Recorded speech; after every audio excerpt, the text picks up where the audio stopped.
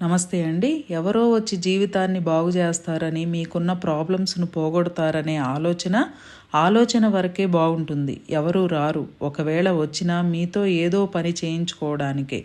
పని అంతా చేసిన తర్వాత మిమ్మల్ని నడి రోడ్లో, ఇంటికి రావడానికి షేర్ ఆటో కూడా దొరకని నడి రోడ్లో వదిలేస్తారు. అప్పుడైనా నా జీవితం నడి రోడ్డు మీదకు రావడానికి కారణం నా ఆలోచనలు, నా నిర్ణయాలు, నా ఎమోషన్స్, నా యొక్క ప్రవర్తన అయిన దానిలోనూ కాని దానిలోనూ కల్పించుకోవడం వల్లే ఇలాంటి ప్రాబ్లమ్స్ ఈరోజు నడి రోడ్డు మీద ఉండవలసి వచ్చింది అని గుర్తించండి. వీటన్నిటి నుండి బయటపడడానికి గొప్ప మార్గం 19/1/2025 స్టార్ట్ అయ్యే ఆన్లైన్ ప్రోగ్రాం పంచభూత తత్వం. No fee.